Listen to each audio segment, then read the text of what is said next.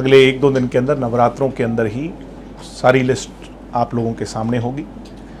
9 शेष बचे हुए हमारे कैंडिडेट, सोनीपत का भी जो आपका क्षेत्र हमारा जींद का पड़ता है, हिसार का भी जो उचाना का पड़ता है, और सभी कैंडिडेट जो है मजबूत सशक्त उम्मीदवार जननायक जनता पार्टी लोगों के बीच में उतारने जा रही है।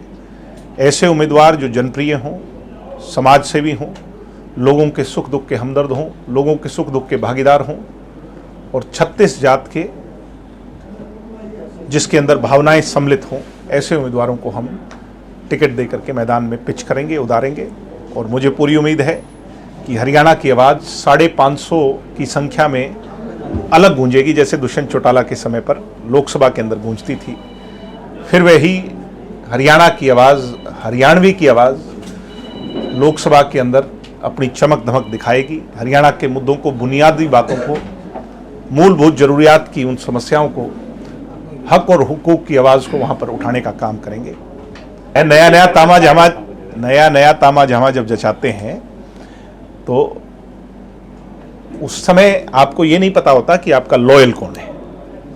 लॉयल्टी तो हमारी थी, जो पुराने लोग हमारे साथ आए थे, मगर अगर अकेले उनसे ही काम चलता तो फिर हम थे ही, मगर हमने और लोगों को, नए लोगों को वेलकम करने के लिए पार्टी में शामिल किया। उनमें से बहुत सारे लोग अभी भी हमारे साथ हैं, कुछ लोग चले गए, जैसे पतझड़ पर मूल पेड़ जो है और उसकी टहनियां रह जाती हैं, पत्ते झड़ जाते हैं, फिर बसंत ऋतु आती है, नए पत्ते आते हैं। नहीं, कमी तो वो बताएंगे ना, मैं थोड़ी बताऊंगा। मैं सिर्फ इतना कहूंगा कि हम सकारात्मक लोग हैं और सकारात्मकता से नए लोगों को फिर जोड़ेंगे, अच्छे लोगों को जोड़ेंगे, और जो पुराने हैं उनमें अच्छे लोग जो हैं, पार्टी के काडर के लोग जो हैं, उनको पार्टी की टिकट देकर के पेश करेंगे। विजय चौटाला पहला चुनाव आपके बीच में यहीं से लड़े थे। पार्टी ने मुझे उस समय जब पार्टी को खड़ा करने की जिम्मेवारी थी तब उतारा था। उसके बाद मैं सोनीपत से लड़ा तो भी आपके बीच में ही लड़ा। तो मेरा तो आप लोगों से बड़ा लगाव है और मुझे बहुत अच्छा लगता है। पार्टी का मैं काम करने में आज के दिन ज़्यादा मेरी जो है ना, मेरे लिए ज़्यादा जरूरी जो जिम्मा है वो पार्टी के लिए काम करना है। इसलिए मैंने स्वयं पार्टी को ये कहा है कि अगर वो समझते हैं कि मुझे चुनाव लड़ाना है, जरूर लड़ाएं, अन्यथा मैं पार्टी के विस्तार के लिए, पार्टी को आज ऐसे समय पर मजबूत रखने के लिए मैं काम करना चाहता हूं। 2-4 दिन वेट कर लें और जब आ जाए सारी स्थिति तो मैसेज भी विपरीत हो जाए। मैसेज में तो, राजनीतिक मैसेज में तो कुछ मिनट क्या, सेकंड भी नहीं लगते बदलते हुए। हम भारतीय जनता पार्टी को पराजित करने के लिए मजबूती से चुनाव लड़ने जा रहे हैं। हम हरियाणवी की आवाज को, हरियाणा की आवाज को पार्लियामेंट में ले जाना चाहते हैं। यही हमारा मुद्दा है, यही मैनिफेस्टो। ऐसा है कि विरोध जो है, हमारा विरोध करने वाले लोग कौन हैं।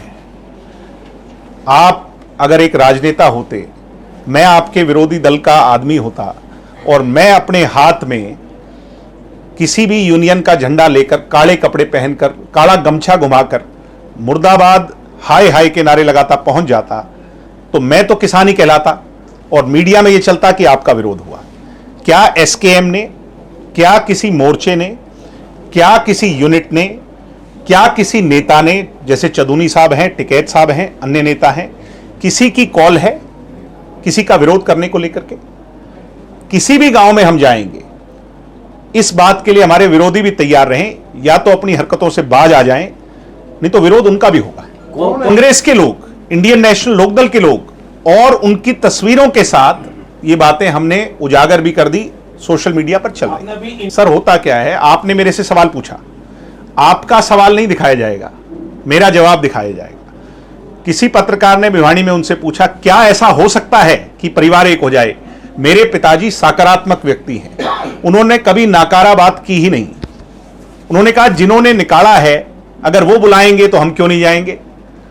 मैंने उस समय मेरे पिता यानी चौधरी ओम प्रकाश चौटाला की बात को गले का हार मानकर स्वीकार लिया कि पार्टी से निकल जाओ, झंडा डंडा सब छोड़ जाओ।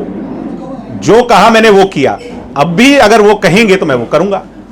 मगर होता क्या है कि जो आप पूछते हो आपका वो नहीं दिखाया जाता, वर्जन जो है सिर्फ उस एंड का दिखाया जाता है। फिर ये कैमरे अभय सिंह चौटाला के सामने मोड़ लिए जाते हैं वो छाती तान कर फिर अपनी भड़ास निकालते हैं। इसलिए मैं कहता हूं ऐसा ना करें और इस सवाल को बंद कर दें, क्योंकि ये पाले में गेंद ना हमारे है ना अभय सिंह जी के है, ये तो जिनके है वो फैसला लें या वो ना लें, वो उनके उसमें। नहीं, जेजेपी का लोकसभा में मुद्दा एक ही है कि हरियाणा और हरियाणवी की आवाज वहां तक पहुंचे। बड़ी पार्टियों की परछाई में जो उनके एमपीज की आवाज दब जाती है, जो वो मुद्दा बन करके वहां पर नहीं उठा पाते, पिछली पंक्ति में बैठे रहते हैं हरियाणा के एमपीज। हरियाणा का एमपी होना चाहिए दुष्यंत चौटाला जैसा, जिसने 5 साल मजबूती से हरियाणा को गौरवान्वित महसूस करवाया। जब ट्रैक्टर पर टैक्स लगा था तब दीपेंद्र हुड्डा की चूं नहीं निकली थी, तब दुष्यंत चौटाला ही थे जिन्होंने ट्रैक्टर की लड़ाई लड़ करके उसको टैक्स को हटवाया था। पार्लियामेंट में सकारात्मक सोच का पढ़ा लिखा नौजवान संघर्षशील व्यक्ति पहुंचे और हरियाणा की आवाज उठाई। आपको लगता है जनता आपकी बात सुनेगी? क्यों नहीं सुनेगी? लगता है क्यों नहीं सुनेगी? जो मौजूदा एनवायरनमेंट बना हुआ है, मौजूदा एनवायरनमेंट जो बनाया हुआ है, ये हमारे विरोधियों का बनाया जा रहा है। और वो अच्छा ये है कि समय बहुत है और वो समय रहते सब धीरे धीरे एक्सपोज हो जाएंगे।